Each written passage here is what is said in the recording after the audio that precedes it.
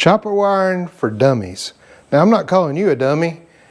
I'm calling me a dummy. That's just how I learn. I have to have it explained to me as simple as explaining to a child for me to actually get it. Now, I know for some people, wiring can be kind of scary. I mean, they don't even like touching the battery. They think if they touch the negative to the positive, it's going to, oh, I'm just kidding.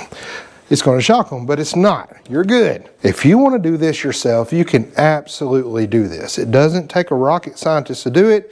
If it did, I wouldn't be doing it. It's very simple to do. Welcome back to Butler Customs Motorcycle Shop.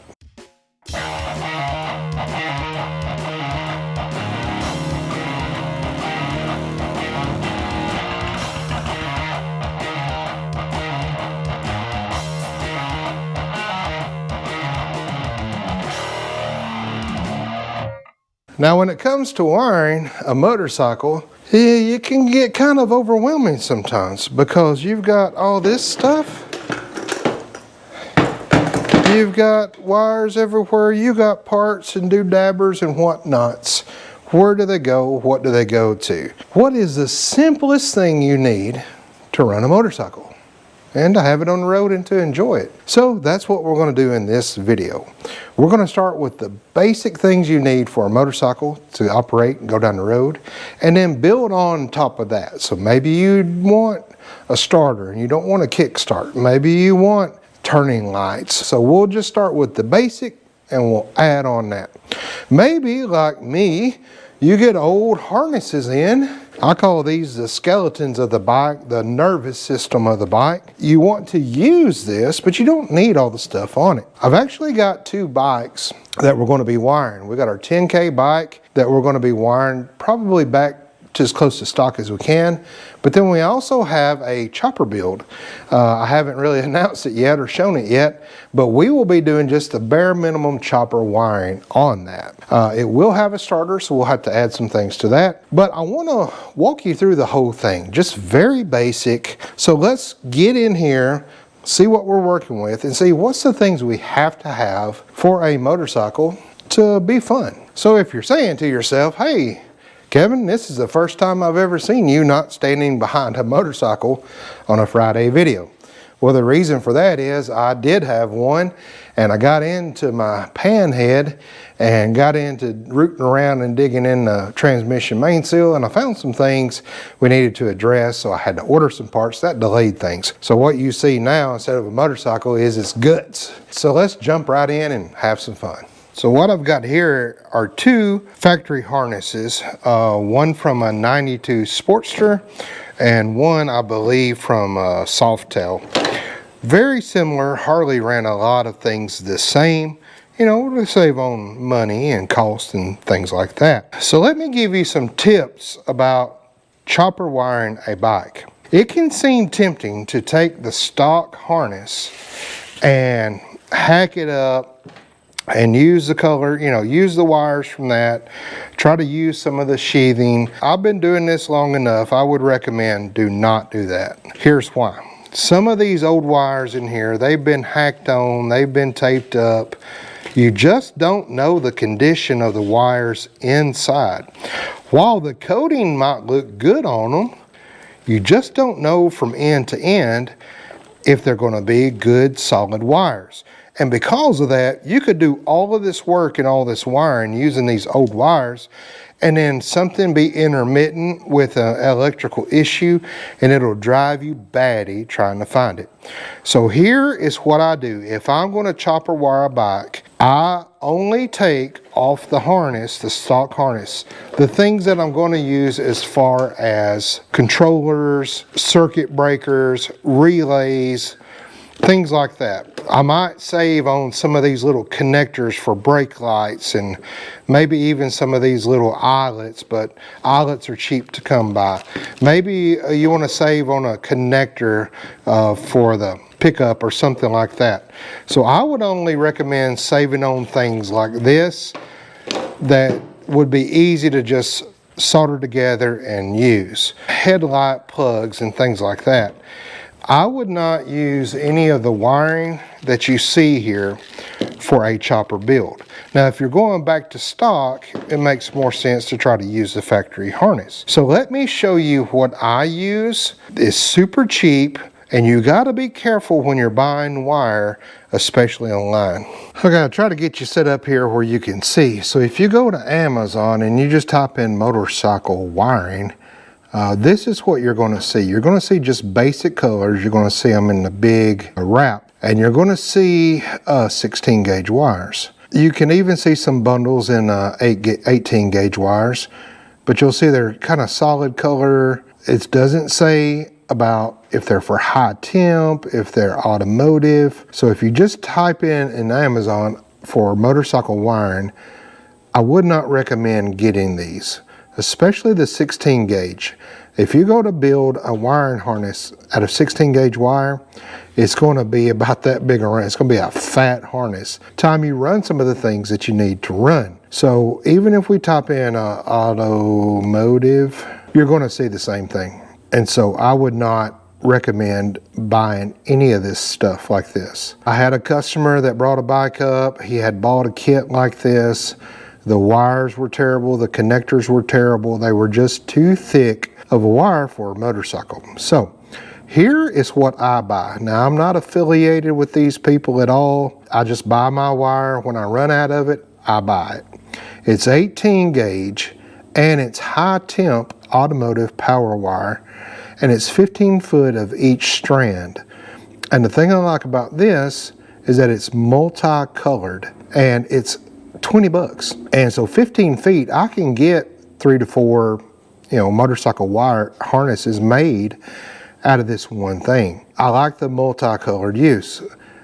So this is what I buy. Now again, I'm not associated with them.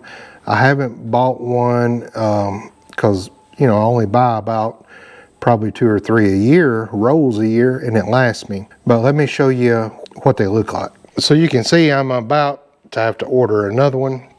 I've ran out of most, but they are long, okay? They're really long. And the thing I like about them is they are multicolored, so I can create my own diagram, and they are the size of motorcycle wires. They're the 18 gauge, they're coated really well, they bend really well. I've never had issues with these wires, and I like all the different color codes. As I'm wiring a motorcycle, the most frustrating thing to do is to only have 3 or 4 color options. Then you don't know what's what. So I would recommend buying something like I buy that has the various different colors, so that when you wire, say you're going to wire a motorcycle, you got like 15 different colors to work with on your bike. And this will last you.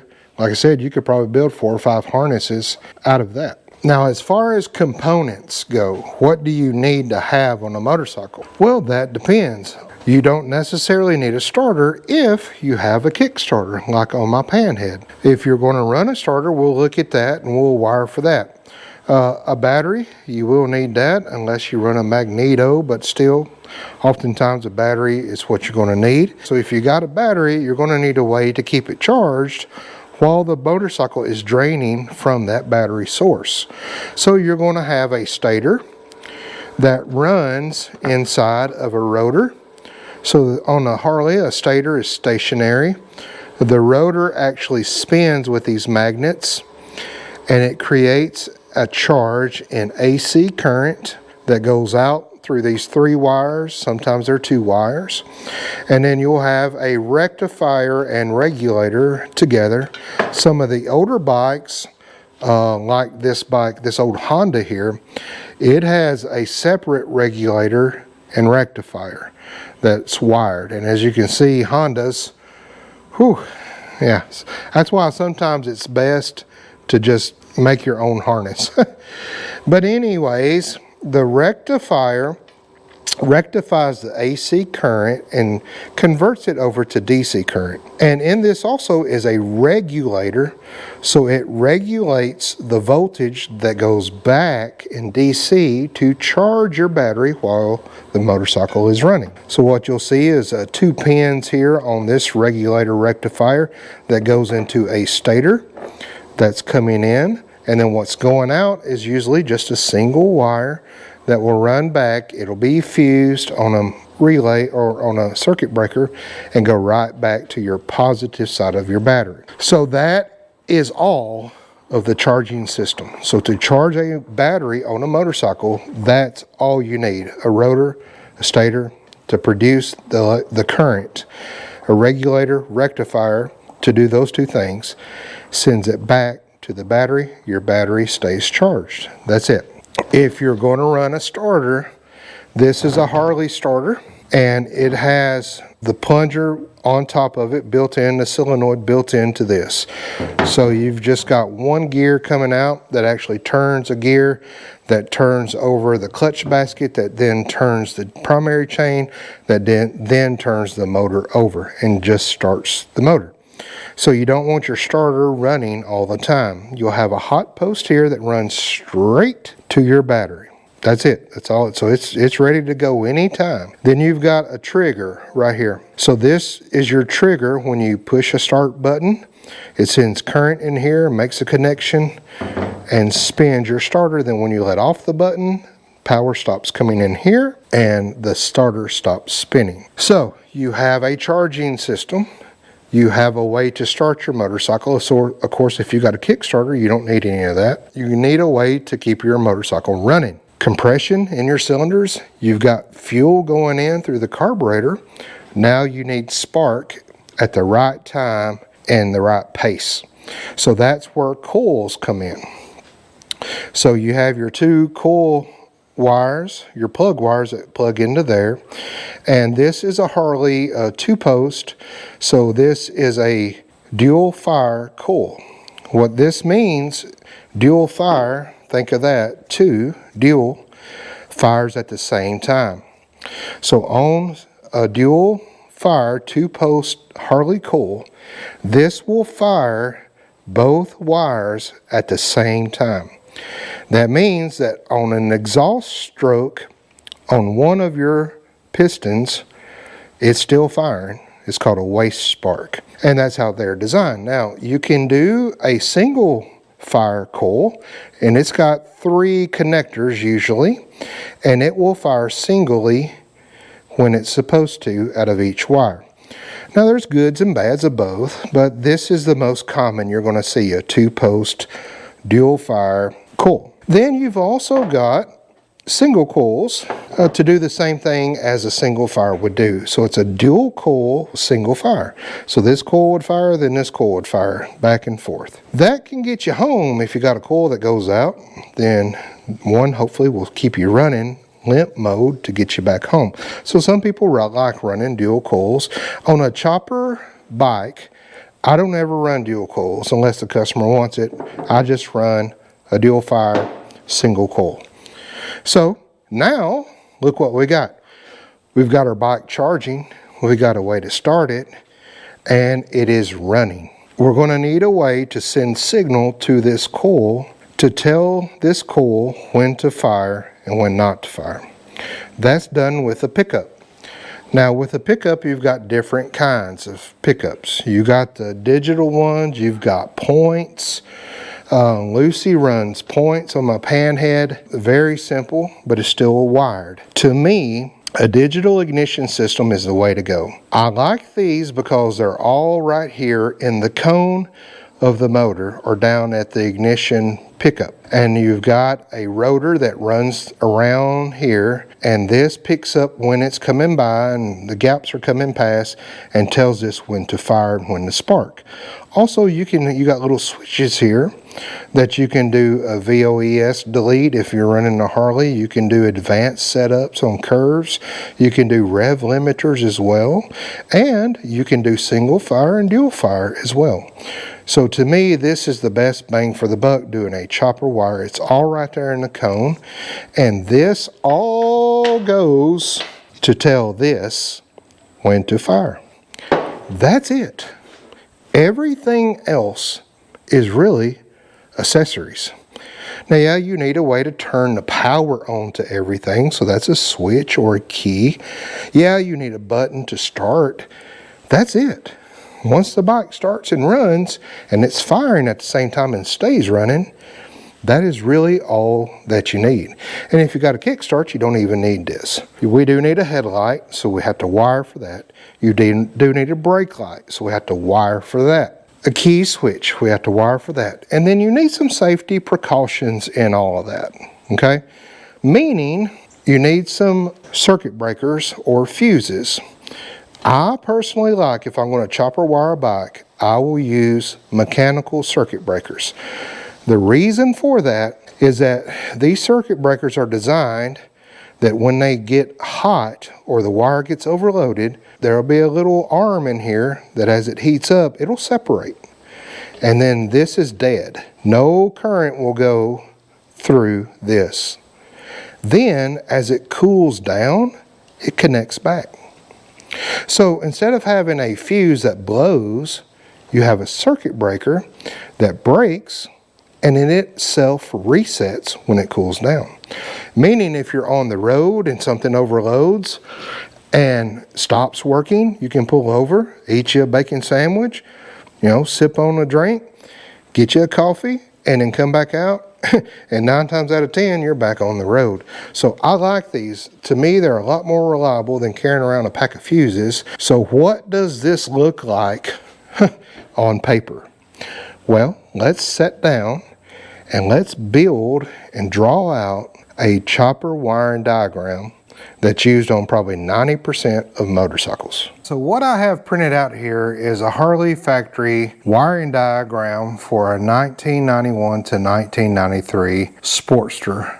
Like I said, Harley kind of kept this general through most of their different bikes. Now when you get into radios and things like that, it's going to be a little bit different. I've got this printed out so that you and I can just look at how much stuff you just don't need. So I'll mark through the things that we don't need and the things that we want to keep. Remember, we're chopper wiring. Then after that, we'll just write out our own wiring diagram and you'll see how simple that is. Start up here in the corner, an ignition switch, we need that. It's off, on, run. Really, you just need off and on.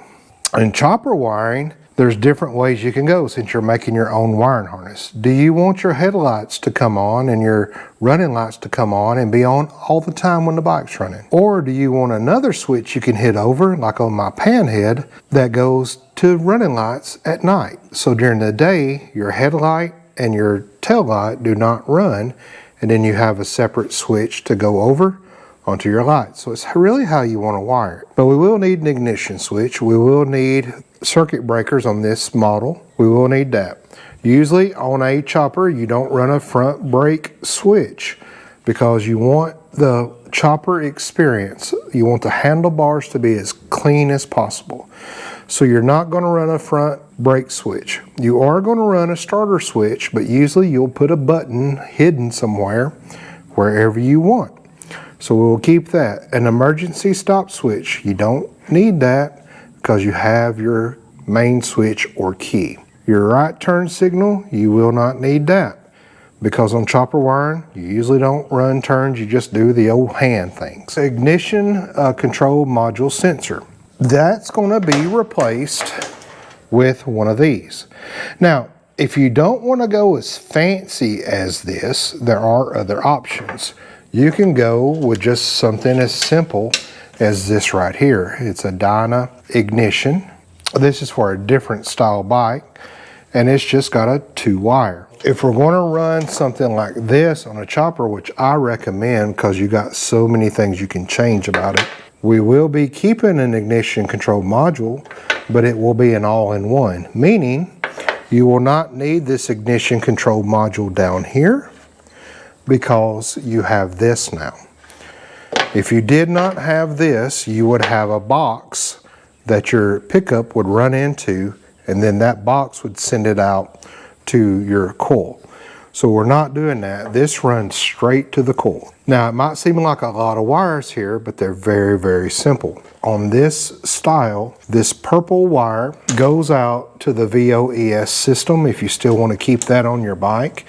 You have the pink wire that'll go to your coil, and you have the white wire that'll go to your coil.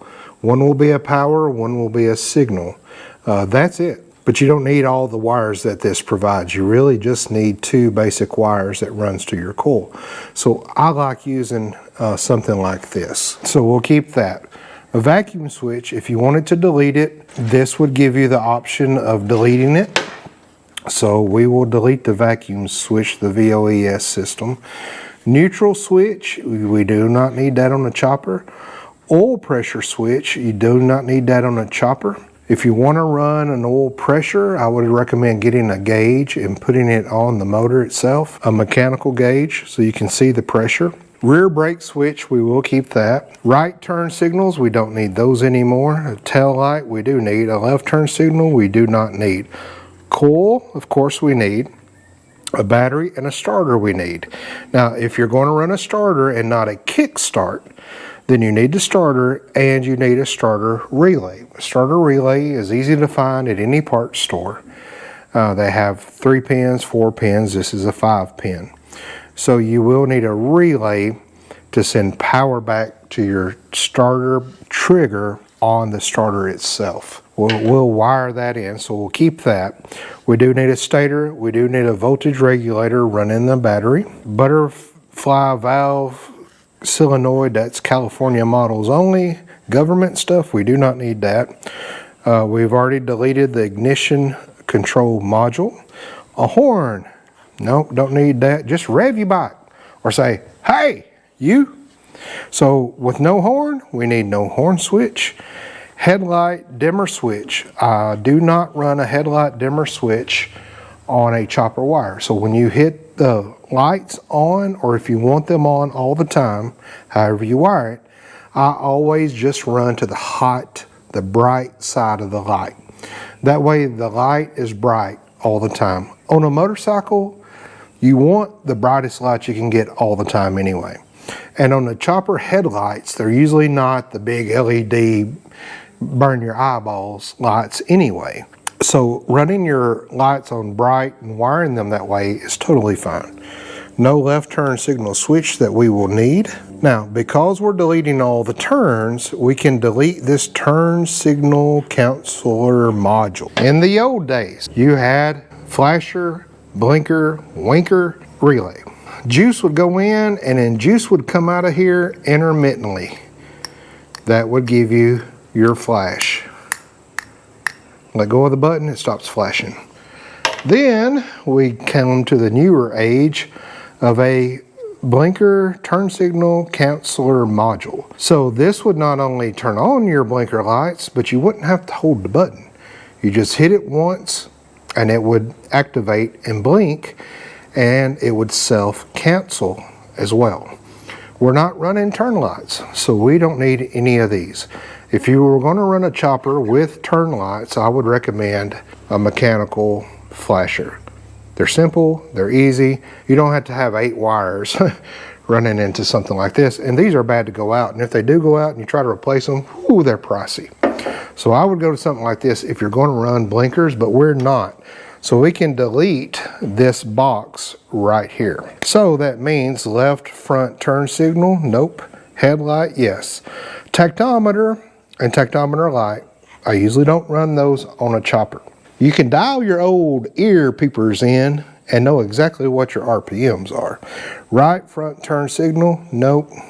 Left turn signal indicator, nope. High beam indicator, nope. Neutral light indicator, nope. Oil pressure light indicator, nope. Right turn signal, nope. Speedometer.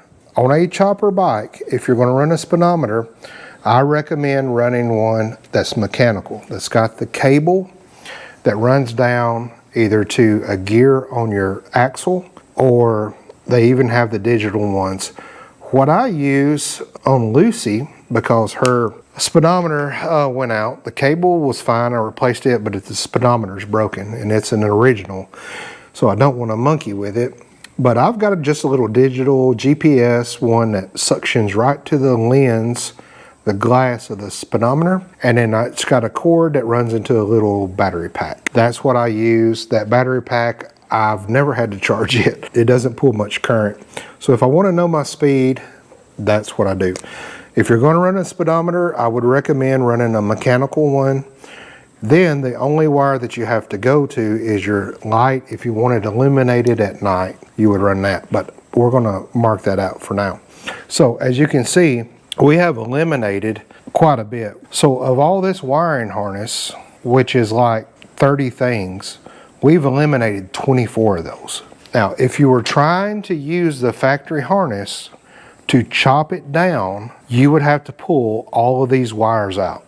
And some of these wires go together and they split off of each other. So really you would be snipping and pulling and hacking. It's just easier to build your own because you're taking off 75% of what the bike came with in the first place. And I just wanted to show you that to show you how little you really need to run a motorcycle. So now with that gone, let's build our own harness. Now I've got these legal file manila folders that a lady from church gave me, and they work pretty good to have the space to lay out a diagram for your chopper wiring. Don't try to do it now on a single piece of paper. So try to do it on something, maybe a cardboard box or anything, and lay it out. And then when you get ready to go and put wires together, run them for the lengths that you need, then you can start marking on your diagram what color wires they are. For this purpose, we're just going to put the essential things that we need and we're going to run our connections to it. Then when you went to put it on the bike, you would pick your color, whatever you wanted, and then label that color on that wire. Now, it's not going to be professional by any means, okay? We'll start with the battery up here. We got some posts here. We'll run our ignition switch. We'll make it round. This is our key or toggle switch, whichever you'd like. I like to go ahead and lay all my parts out. We'll do a stator. It's round and it's got the little coils all around it. We'll do a regulator, rectifier. And what else do we need? We need our coils. We'll put our coils up here. We're going to run a single coil, plug wires that go off here. It's going to have a 2-post terminal, positive and a negative. Then we'll got our stator regulator. Let's do our starter up here by the battery, and we'll keep our relay close. Our starter relay has a little bitty box like that. We're going to do 1, 2, 3, 4-pin relay. Brake light here, our brake switch, which will be hydraulic switch. It'll have 2 terminals. So we got our key, our battery, our starter relay, our stator, our rectifier, our coil. We'll need to do a pickup, our ignition pickup, and then we'll add our circuit breakers in here as we need to. And we'll do our headlight. And as you can see, you can even take your old diagram and just make sure you got all the components that you wanted. So we got our switch, yes. We've not put our fuses in yet. We've got our pickup, yes. All right, rear brake switch, yes. Tail light, yes. Ignition coil, yes. Battery, starter relay. Battery, starter relay, yes. Headlight, yes. Okay, so from what we deleted off here, what was left, we have everything we need. As you can see, that's pretty simple. That's really all that you need. So we'll start from the battery side. The thing that controls all this wiring is going to be your key switch. Now on most switches, this is a stock Harley switch here. It's got those rounded keys. Of course, it's busted and broken, but you'll see 3 wires here. So 1 wire is your power in, 1 wire is for the first key position, The second wire, the third wire, is for that other key position, which in our case would be lights. So depending on how you want to wire this, you can wire it so that it's just a 2-wire ignition switch. You could even have a toggle switch. I did that on my dad's chopper, his little Honda chopper. It's just a switch you flip up. So it would be power straight from the battery. Now you never want to run, this will be our positive, this will be our negative. You never want to run just straight to the ignition. If something grounds out in here or gets bare, you will fry your whole wiring system down. So what we're going to put in here is a mechanical fuse. I would go at least a 20 amp. You could even go up to a 30 amp. But that's a mechanical, not fuse, but circuit breaker. So something like this right here would be right here. That way, if something does go wonky, it doesn't bust your battery and explode it.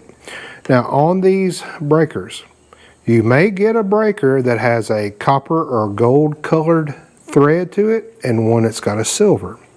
If you do, the way that's designed, I've always been told, some say it doesn't matter, but I always run from the battery power going in to the gold or copper color, and the silver, the auxiliary, are going out.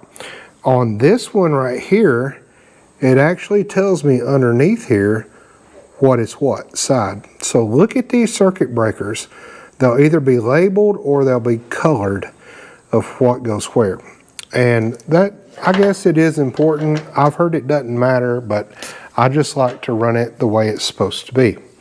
So we've got power now going to our switch. Now from the starter, you will have the main power source, which is this big dude right here. And you're going to need a big, thick, gauged wire to go from here, like a car terminal on the battery. It needs to be a good, thick, gauged wire. Don't run one of these wires to that. You will melt that wire. It's got to be a good gauged wire. So what I would recommend is running at least a 4-gauge wire. You can buy them at O'Reilly's. They already got the eyelets on them. They go to the battery and over to the starter. It doesn't matter the color. It's usually a short wire. Your battery location is usually close to your starter. So it's going to be a solid wire. There's not going to be any fuses in here. You can try to add, if you wanted to add a maxi fuse, a big 50 amp fuse, I guess you could, or buy one with it in it. But most chopper bikes, it's hardwired, it's thick, it's coated really well, 4-gauge, goes straight to the starter top post. Now you've got another side post, that's your trigger, okay? That's this down here. That's your trigger wire to tell the starter when to start. Now our ground, of course, is going to be another 4-gauge wire that's just going to run to frame ground, engine ground. Sometimes they're on the front of the starter where the starter bolts up. Sometimes they run to frame.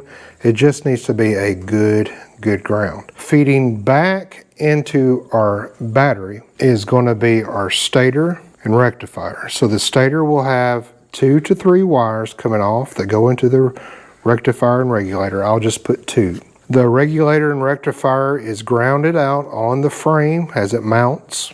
You'll have a single wire that will come back, and that feeds back all the way to your battery. So what you can do is you can come over here before your fuse and junction it right here. That way, if something happens in your stator or your rectifier and regulator and overloads, and say it starts sending 18 volts back here, it'll pop that circuit breaker. And then you don't have to run another wire off here. If you don't feel good about that, you can run this wire up here as well.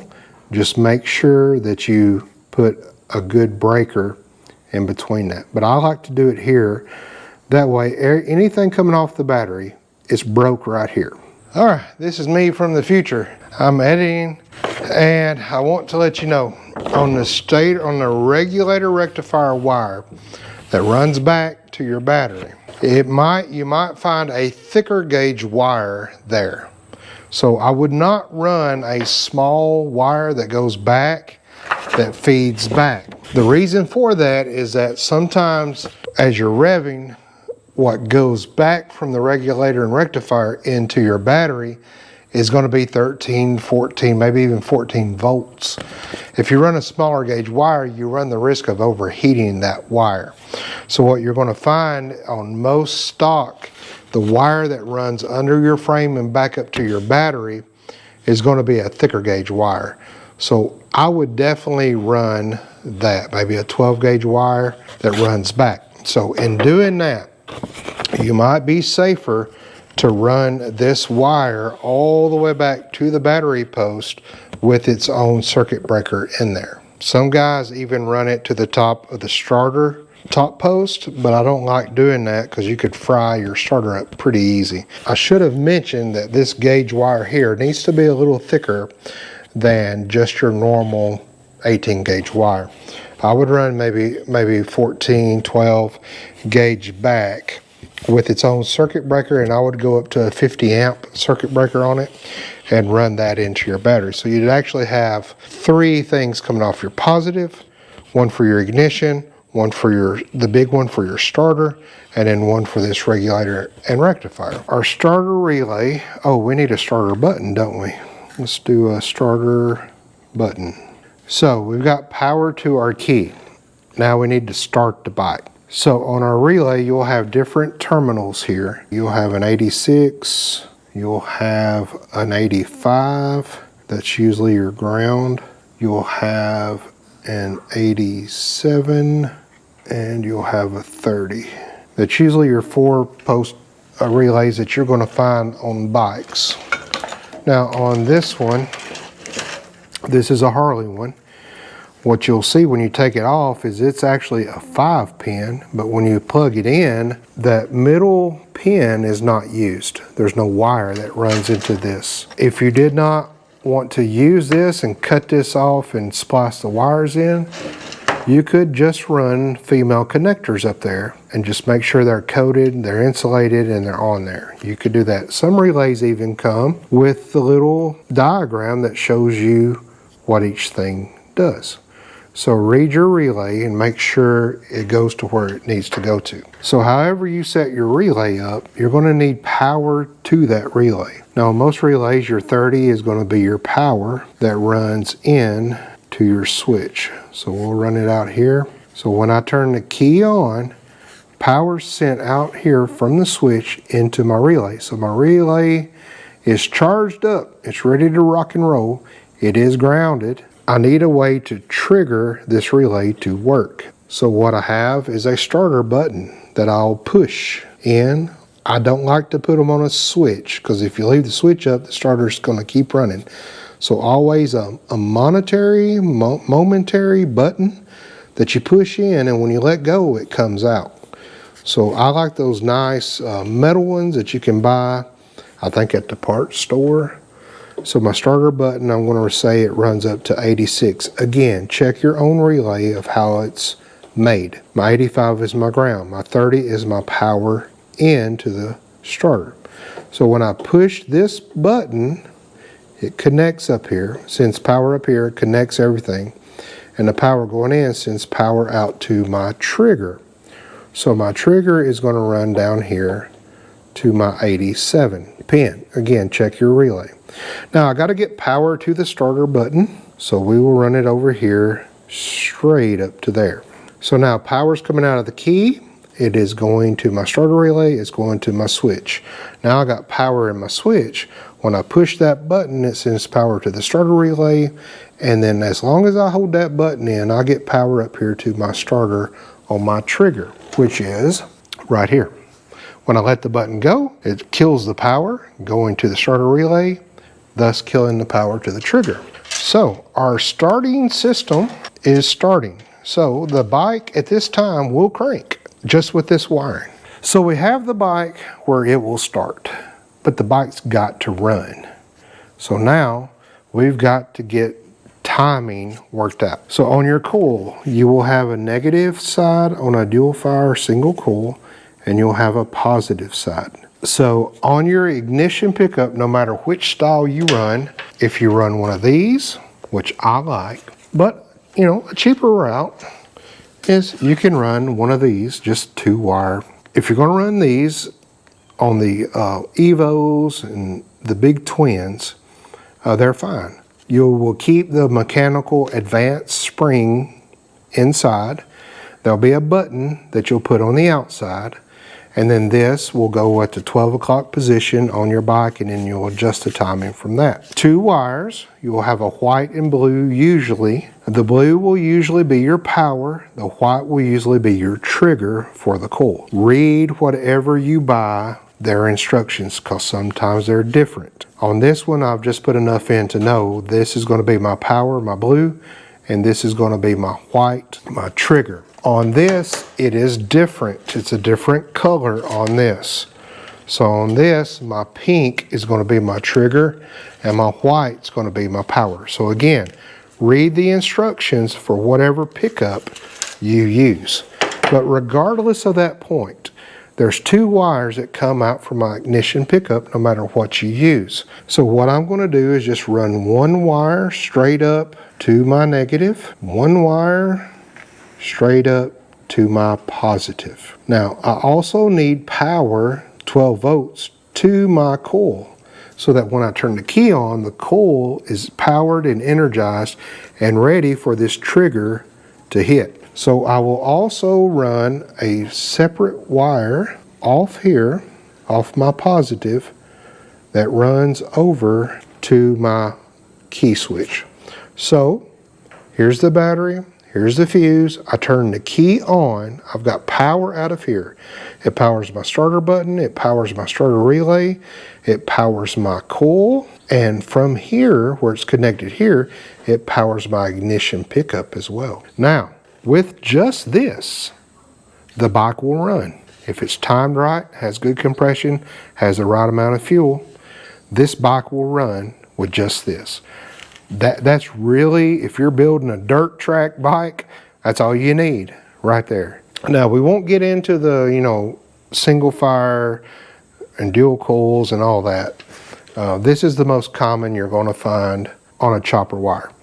Now, some coils will be labeled negative and positive, so keep that in mind. If they're not labeled, you might find it's kind of like the circuit breaker. There's a copper gold color terminal, and there's one that's silver. So anytime you see a copper gold color, that's your positive side. So go ahead and hook your positive stuff to that side. Then your negative would be the silver color. If you have a coil that has no markings for negative or positive, and they don't have any different color terminals, they're both silver, then it does not matter. Just make sure one side's your positive that you get from your key switch and your pickup, and the other side is the negative. Headlights are pretty simple. Since we're just running a high beam, you'll usually have a ground, a black wire. You'll usually have a blue and a yellow. So we're just going to run the high beam. So this will just be headlight high beam. Now, if you want to use a key switch that has another place you can switch over for your lights, then you would wire it into this other terminal coming off right here and wire your brakes and your headlights into that. However, we're just going to keep it very simple, and we're going to wire it so that when that key switch goes on or the switch goes on, my headlights and my running lights come on. It's very simple. All we've got to do is just tap in to this wire right here. So we'll come up and we'll just go right over here into this wire right there. That's all. Now when my key is on, my headlight's on. When my key is off, my headlights turn off. Let's wire the switch up. So we're going to continue to get power. We got to have power into this switch.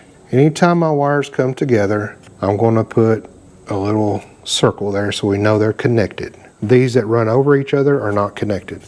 So I got power coming into my switch. Power does not come out of here because brake switches on choppers are 9 times out of 10 mechanical. Meaning you got a brake line that comes from your master cylinder where you push the pedal. Then fluid builds up pressure, and it's a hydraulic actually switch. So as pressure builds up in here from you pushing the brake, it connects these 2 terminals, and guess what it does? It sends power out to my brake light.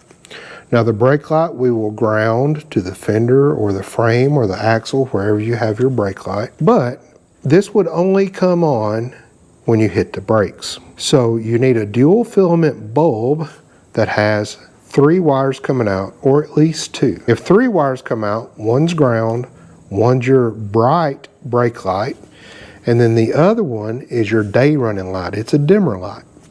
So you'll have a dual filament bulb that you'll need for your brake light. Well, guess what? All we need is for this to come on when the power is on. So we'll run it up here. We'll tie it right in here before it goes into the brake light. At this time, you have chopper wired a motorcycle. So let's walk through it to make sure we've not missed anything on it. You've got your battery. You've got 2 wires coming off your battery. One goes to the starter on the top post. It's a big, thick 4-gauge wire. You have another wire coming off that is fused. I like the mechanical circuit breakers. Then from that, you've got a wire that splits off. That's your regulator rectifier. Is charging back. So this is backwards, okay? Then you have your key. When the off position, nothing is going on outside of this key. You switch it on. Now, boom, we have power. It runs down here to the starter button. It runs up here to the relay. It runs up to the coil. It runs down from our pickup into the pickup. It runs over to our headlight high beam. It runs over to our brake switch and runs to our brake light on the dim.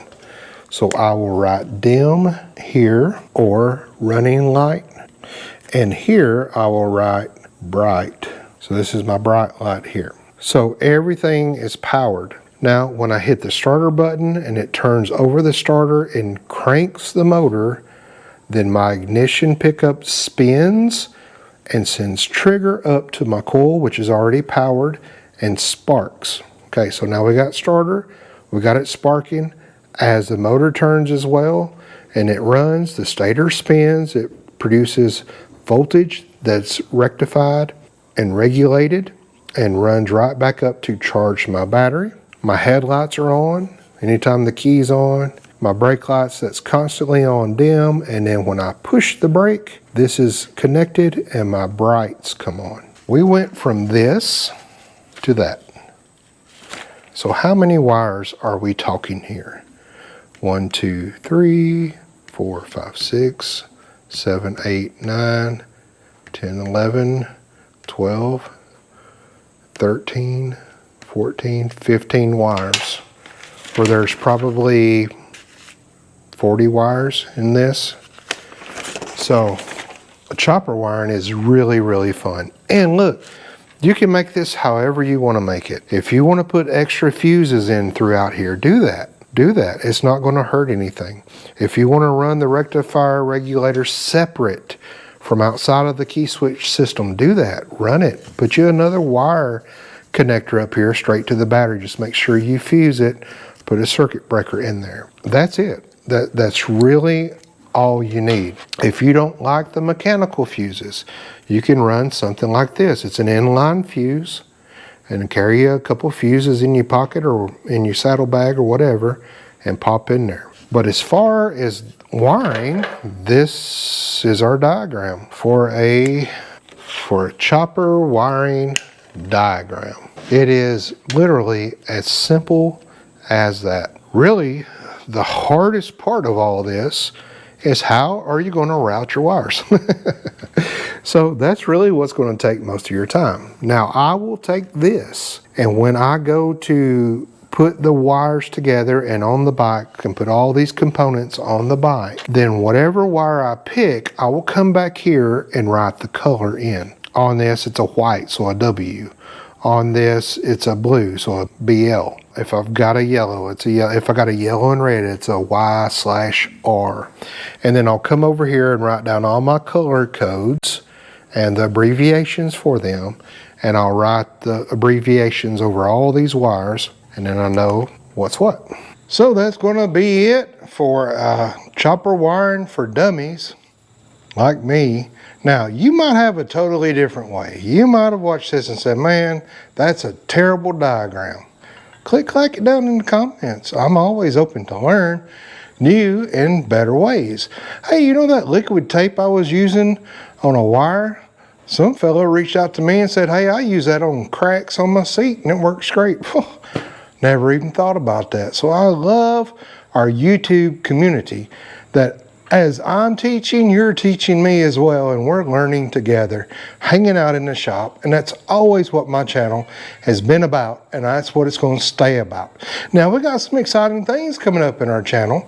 I'm going to get Lucy back on the lift right after this. Her part did just come in. Also, I am 12 subscribers away, can you believe it, from 10,000 subscribers. So we got to get the 10K bike on the lift. We're talking to the promoter next week, finalizing all that.